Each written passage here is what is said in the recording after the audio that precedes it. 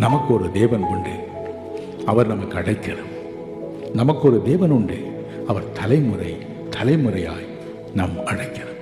நம்மை மட்டும் காப்பாற்ற மாட்டார், நம் பிள்ளைகளை மட்டும் காப்பாற்ற மாட்டார், பிள்ளைகளின் பிள்ளைகளை மட்டும் காப்பாற்ற மாட்டார், அவருடைய பிள்ளைகளையும் காப்பாற்றுவார்.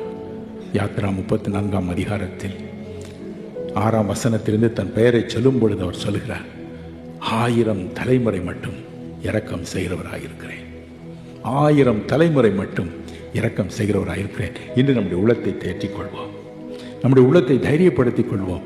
எனக்கு ஒரு தேவன் உண்டு, அவர் என் அடைக்கலம், அவர் தலைமுறை தலைமுறையாய் என் அடைக்கலம், அவர் அனாதி தேவன், ஆகவே அனாதியாய் என் அடைக்கலம். ஒரு பழைய பல்லவியை சேர்ந்து பாடுவோமா?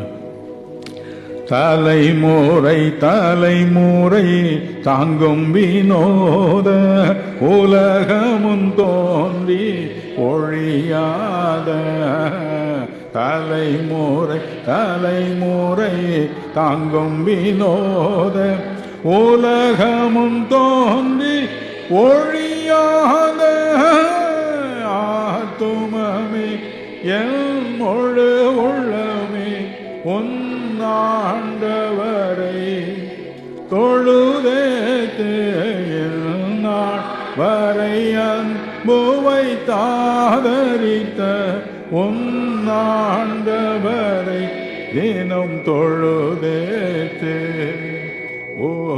ஓற்றுனக்கிறங்கே உரிமை பாராட்டும் மோற்றும் கிருபையினா மூடி சோட்டும்.